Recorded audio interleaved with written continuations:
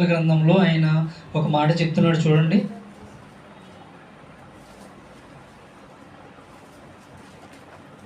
సామెతల గ్రంథము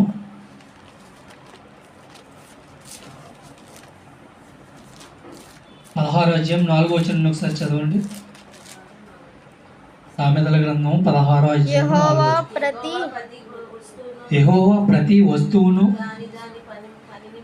దాని పని నిమిత్తము కలుగజేసెను. చాలండి. చూడండి, యెహోవా ఏం చేశాడంట? ప్రతి వస్తువును దాని పని నిమిత్తం కలుగజేశాడు. ఇప్పుడు ఈ మైక్ ఉందండి, ఎందుకు కలుగజేసినట్టు? మనిషి కలుగజేసి దేవుడు జ్ఞానం ఇస్తే మనిషి దీన్ని సృష్టించాడు. ఎందుకు? అంటే ఇప్పుడు కొంతమంది ఇక్కడ ఉన్నారు, డైరెక్ట్గా మాట్లాడితే అర్థం కాదు, వినపడదు, కనుక ఒక మైక్ కొంచెం ఎక్కువ శబ్దం వచ్చేలాగా దీన్ని తయారు చేశాడు. ఆ పని నిమిత్తమే ఇది తయారు చేయబడింది. అంతేనా కదా? ప్రతి వస్తువు దాని పని నిమిత్తం. ఈ బల్ల ఎందుకు చేయబడింది? ఈ బల్ల మనం బైబిల్ పెట్టుకోవడానికి